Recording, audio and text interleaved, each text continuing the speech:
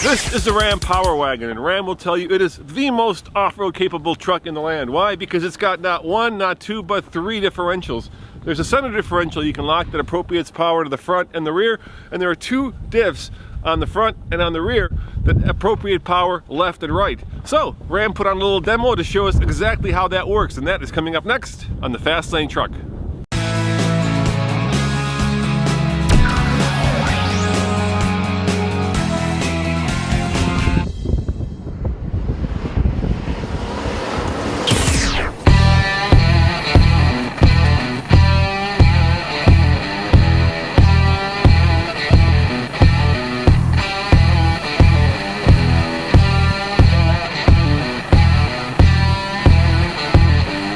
All right, Nick, so we've got what is the most capable off-road worthy power wagon that you guys make, right? Actually, it's the most capable off-road pickup truck. I mean, really, if you think about capability, it's you make a course and who can get through it. I don't care if you put a brick wall on this, I can winch the truck over it. So we own the title for off-road capability as far as pickup trucks go.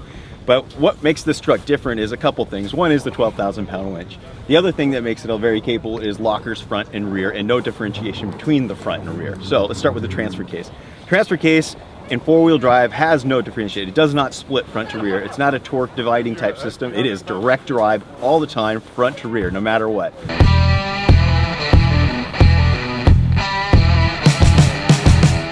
So right now you have in two-wheel drive and you have open differential in the rear, so really only one tire is able to spin. It's just looking for traction and it can't really find any right now because, well, we're on ice. So, and we're towed or strapped to a plow rig. So it really can't get anywhere right now. So at this point in time, it's just trying to find and figure out where it wants to put traction. So anybody in an environment or situation like this would now say, okay, now I need four-wheel drive. So they put it in either 4 low or 4 high.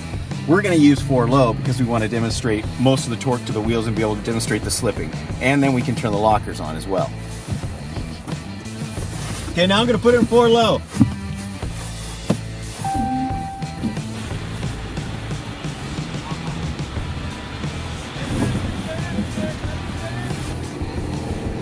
Oh, she's starting to dance. Now she dances around back and forth, and you can move the wheels because she's looking for traction. She's trying to get out. She's trying to pull that truck that's behind her. So we're just kind of moving back and forth, meandering the truck. It's just dancing here.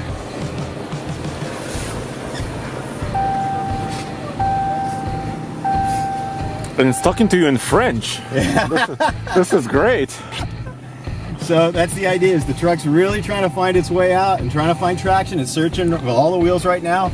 I've got everything on at this point in time. All the lockers, front and rear. It's pulling as much as it can.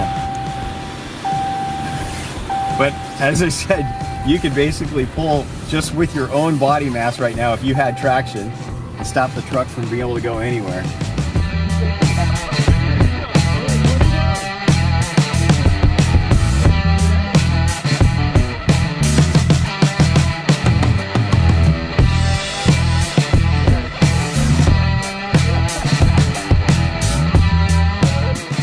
So the power from the engine just goes back and front wheels all the time. Yep, and the gears or chains drive it. That's the way it goes. Now when you go left or right, now you have to have some manageability because you want the vehicle to be drivable on high traction surfaces like pavement, like concrete.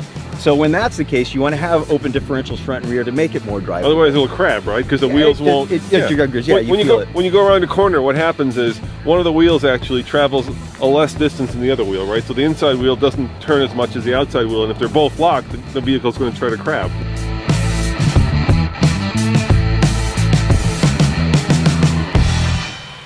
So the inside wheel does not go as far as the outside wheel, so yeah. it skips to try to keep up with the outside wheel. So that's what's happening, and that's what happens in a locker system. In an open differential system, which is what you want in high traction surfaces, that doesn't happen. It makes it much more drivable. So in this surface, though, or any kind of snow or mud or whatever else you want to find yourself in, or you might find a wheel lift and you want a tire off the ground, you want all 4 wheels spinning. So we put lockers front and rear, and the electric lockers, they're actual lockers. They're not limited slip on the truck. So you can engage both front and rear. Now you have no differentiation front to rear, no differentiation left to right, true 4-wheel drive. Or if you had the 2-wheel, 6-wheel drive. You got it. When are you going to build a 6-wheel drive? Keep up with Mercedes, man. You know what? We actually had a concept truck some years ago that we built that did just that. It was a tank, man, I'll tell you. Hey, what happens, let's say you're on this kind of surface and you forget to unlock them, does the truck know?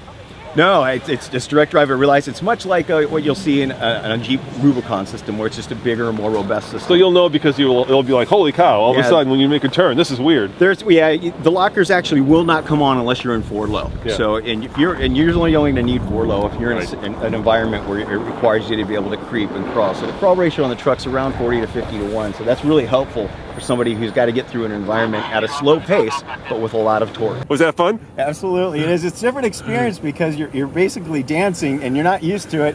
I mean, I think a lot of people who've done a lot of off-roading are going to recognize it as being in really, really slick mud, and the truck's just kind of just meandering back and forth, not necessarily stuck, but just meandering. Yeah.